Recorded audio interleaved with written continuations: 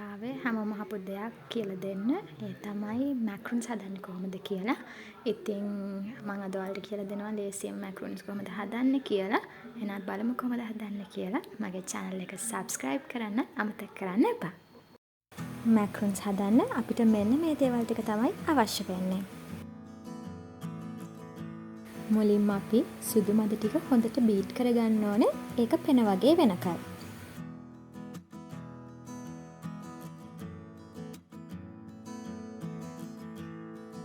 ඒක හොඳට බීට් කරගෙන එද්දි අපි සීනි දාලා ආයෙ හොඳට බීට් කරන්න ඕනේ. හයි ස්පීඩ් තමයි බීට් කරන්න ඕනේ.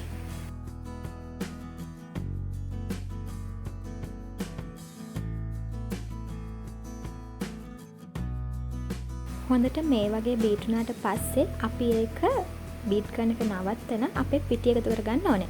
පිටි එකතු කරන්න කලින් අනිවාර්යෙන් ආමන්ඩ් පිටි powdered sugar එකයි දෙක එකට එකතු කරලා මික්ස් කරගෙන තමයි මේකට එකතු කරන්නේ.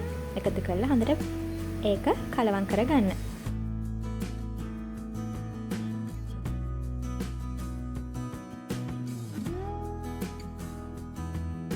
මෙන්න මේ වගේ ඝනකම මිශ්‍රණයක් තමයි ඔයාලට එන්නේ.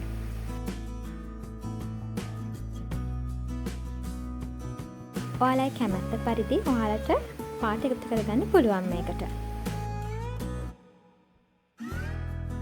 මිශ්‍රණය හදාගෙන ඉවර වෙලා ඔයාලගේ oven එක සෙල්සියස් අංශක 120ට ප්‍රීහීට් කරන්න ඕනේ.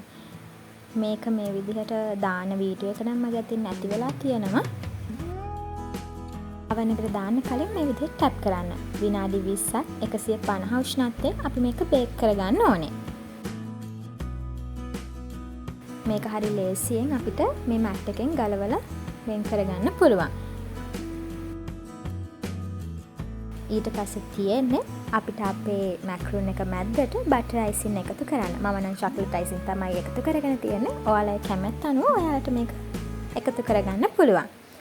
ඔන්න ඉතින් ওই විදිහට තමයි අපි මැක්රූන් හදන්නේ. මගේ channel එක subscribe කරන්න අමතක කරන්න එපා. එහෙනම් ඉක්මනටම නැවත හමු වෙමු.